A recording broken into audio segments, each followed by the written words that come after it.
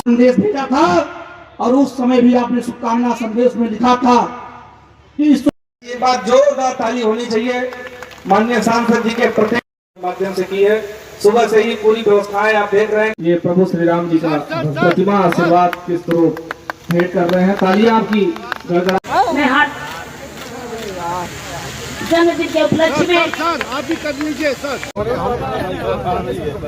अरे भैया ताली तो बजा। आराम से ये माननीय सांसद महोदय का, माननीय मुख्य अतिथि महोदय का, श्री के शर्मा जी का राम विनीत वे ही पधारे।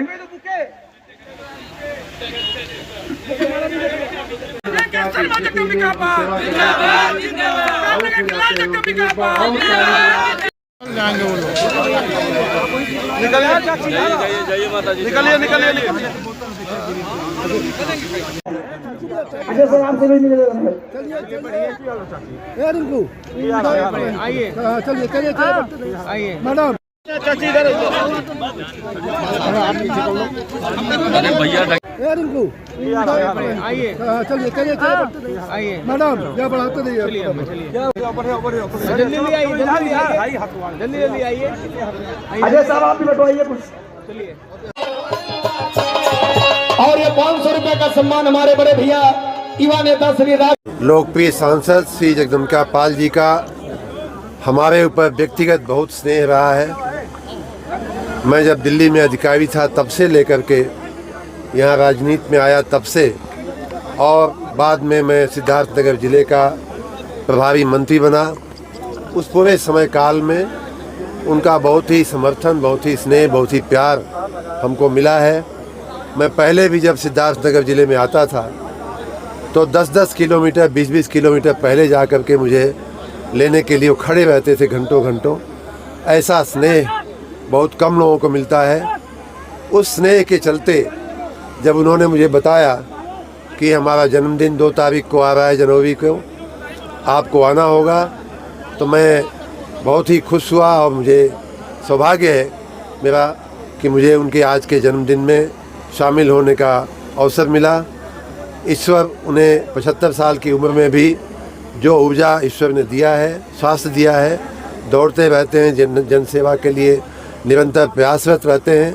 ये ऊर्जा, ये स्वास्थ्य ईश्वर उनको हमेशा दे, दीर्घायु हो और जनसेवा और लंबे समय तक करते रहें और हमारे जैसे नए कार्यकर्ताओं का मार्गदर्शन भी करते रहें, हमारे जैसे लोगों का स्नेह देते रहें, प्यार देते रहें। ऐसी शुभकामना के साथ मैंने उनके कार्यक्रम में सहभागिता किया।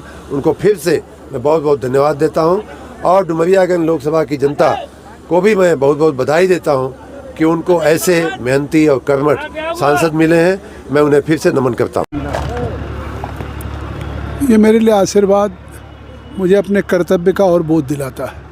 मुझे लगता है कि जीवन के इस पड़ाव में भी जिस तरह से लोगों का प्यार है, आशीर्वाद है, जिस विषम परिस्थितियों में भी लोगों ने विगत लोकसभा के चुनाव में आशीर्वाद दिया है और आज 1 साल बाद भी मुझे वही प्यार और आशीर्वाद दे रहे हैं, तो जहां मुझे जिस तरह से ऊर्जा मिल रही थी, मुझे अपनी जिम्मेदारियों का भी एहसास हो रहा है कि सिद्धार्थनगर के लोगों के लिए मैं नेता नहीं हूं, उनका बेटा ही हूं। जिस तरह से उनका रिश्ता हमारा मतदाता और नेता का नहीं है, एक परिवार का रिश्ता है।